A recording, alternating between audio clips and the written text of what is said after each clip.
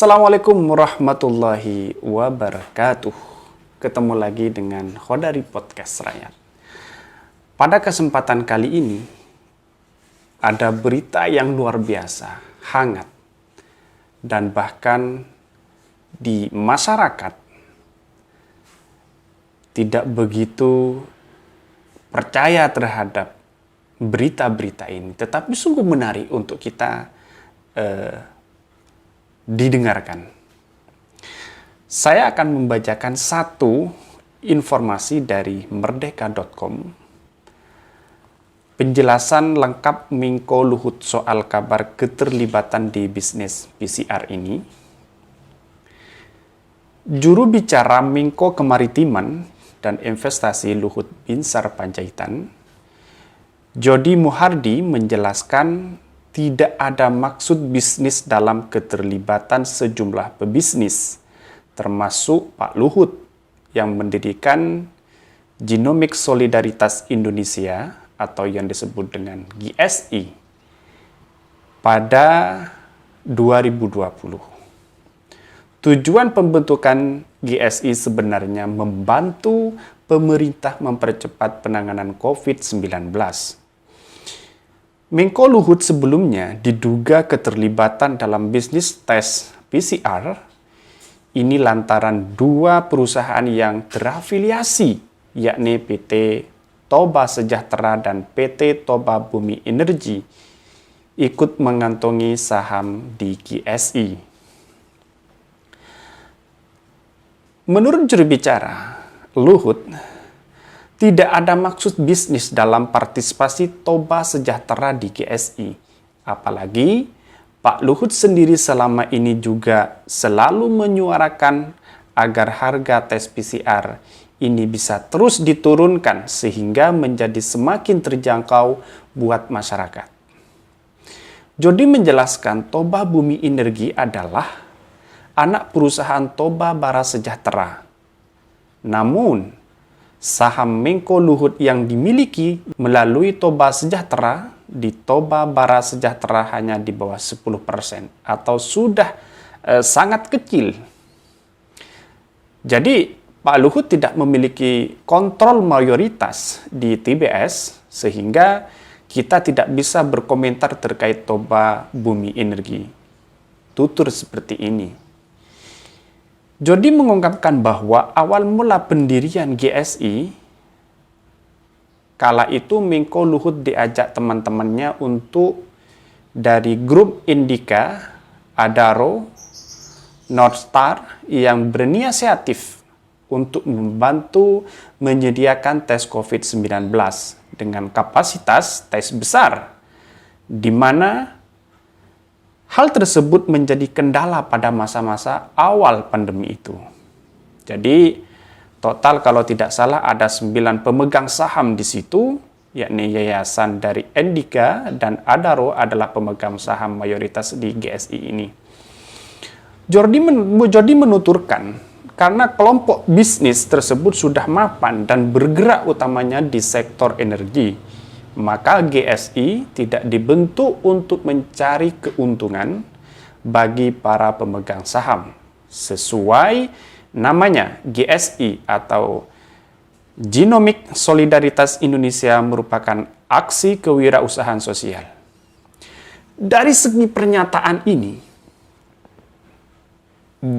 begitu banyak ada sebuah teori konspirasi dari masyarakat. Yang satu mengatakan bahwa ada keuntungan-keuntungan besar di dalamnya. Tetapi dari juru bicara Pak Luhut membantah terhadap keterlibatan ini. Tetapi masyarakat sekarang sudah paham bahwa mengapa kebijakan-kebijakan wajib PCR ini keluar. Toh pada akhirnya adalah kembali pada kebijakan-kebijakan harus tes antigen. Ini menjadi catatan besar. Diteken, dihapus, diteken, dihapus, dan ini adalah seolah-olah kebijakan itu bermain di dalamnya. Sehingga masyarakat itu siapa yang bermain di dalamnya? muncullah dua nama itu, yakni LBP dan Boy Erick Thohir. Kalau dalam masyarakat itu sendiri sampai hari ini bertanya-tanya dan bahkan tidak begitu percaya terhadap kebijakan-kebijakan ketika mendengar awal bahwa perjalanan keluar kota harus memakai tes PCR. Dan ini adalah salah satu catatan buruk bagi pemerintah, apalagi sekelas menteri yang bermain di baliknya. Walaupun ada yang mengatakan ini adalah indikasi. Tetapi perlu dicatat bahwa masyarakat sekarang itu sangat cerdas. Sangat cerdas. Dan ini adalah di masa pandemi. Ketika pemerintah menerapkan PPKM, level berlevel-level di dalamnya, masyarakat sudah tidak percaya di dalamnya. Toh pada akhirnya terungkap sekarang siapa yang ada di balik itu semua. Dan ini adalah salah satu penting masyarakat itu punya kecerdasan untuk menilai kebijakan-kebijakan itu. Dan toh pada akhirnya adalah bermain di sektor ekonomi. Ada kepentingan-kepentingan tersendiri. Ada kepentingan-kepentingan tersendiri di dalamnya. Sehingga indikasi-indikasi seperti ini adalah muncul ke publik. Siapa yang salah? Pemerintah atau masyarakat? Dan ini adalah catatan penting bagi kita semua. Pandemi sekarang ini seolah-olah sudah adem, sudah tidak ada apapun di dalamnya. Tidak ada indikasi-indikasi di dalamnya. Dan bahkan di negara kita sendiri, soal pandemi seakan-akan sudah tidak begitu percaya. Dan sekarang sudah adem, tenang, maka muncullah kebijakan-kebijakan baru ini, semakin masyarakat di dalamnya simpang siur bertanya, konspirasi ke sana, ke sini. Dan disinilah yang kemudian masyarakat tidak begitu percaya terhadap kebijakan-kebijakan pemerintah saat ini. Walaupun ada pernyataan dari staf khusus Erick Thohir, kalau tidak pakai PCR, BUMN sangat untung. Ini yang diberitakan oleh media Tempo, tanggal 2. Saya bacakan. Staf khusus Menteri Badan Usaha Milik Negara Erick Thohir, Arya Sinulinga, menyebutkan Kementerian BUMN tidak pernah mengeluarkan ketentuan mengenai tes PCR ini. Menurut dia, dengan tidak adanya ketentuan tersebut, perusahaan plat merah yang bergerak di sektor transportasi justru sangat untung. Lagian, kalau tidak pakai PCR, lebih menguntungkan banyak BUMN, di antaranya Angkasa Pura, ASDP, Garuda, Citylink, Hotel. Arya mengatakan seperti itu. Arya sebelumnya membantah bahwa keterlibatan Erick Thohir dalam bisnis tes PCR ini sempat menjadi syarat wajibnya bagi penumpang pesawat. Namun tak lama kemudian pemerintah mengubah aturannya. Menurut Arya, pemerintah tidak pernah mengeluarkan kewajiban pelaksanaan tes PCR dengan menunjuk laboratorium tertentu. Kementerian Kesehatan hanya menentukan standar laboratorium yang diakui, ujar Arya.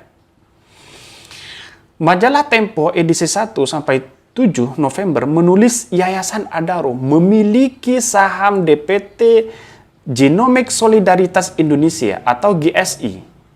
GSI dengan unit bisnis GSI Lab-nya menyediakan layanan tes PCR. 5 cabangnya telah tersebar di Jakarta. Sejak berdiri pada 2020, GSI Lab mengadakan lebih dari 700.000 tes PCR. Dalam akta genomik tercatat pada pendiri menyetor modal sejumlah 2,969 miliar atau 2.969 lembar saham. Dan ini menunjukkan apa? Bahwa kita, masyarakat, seolah-olah berada dalam situasi dan konspirasi pada pikiran kita. Kalau kita melihat di luar negeri, saat ini sudah adem ayem. Justru yang ada di Indonesia ini adalah muncul kebijakan-kebijakan baru bertahap, dan selanjutnya. Dan ini adalah salah satu penting bagi masyarakat bahwa kita harus cerdas memilih, melihat, mendengarkan kebijakan-kebijakan pemerintah apakah benar-benar pro rakyat atau kontra. Dan ini adalah menjadi catatan penting bagi kita. Mungkin itu yang kami sampaikan. Tonton terus di channel Khodari Podcast Rakyat karena ada berita-berita terupdate setiap harinya. Wassalamualaikum warahmatullahi wabarakatuh.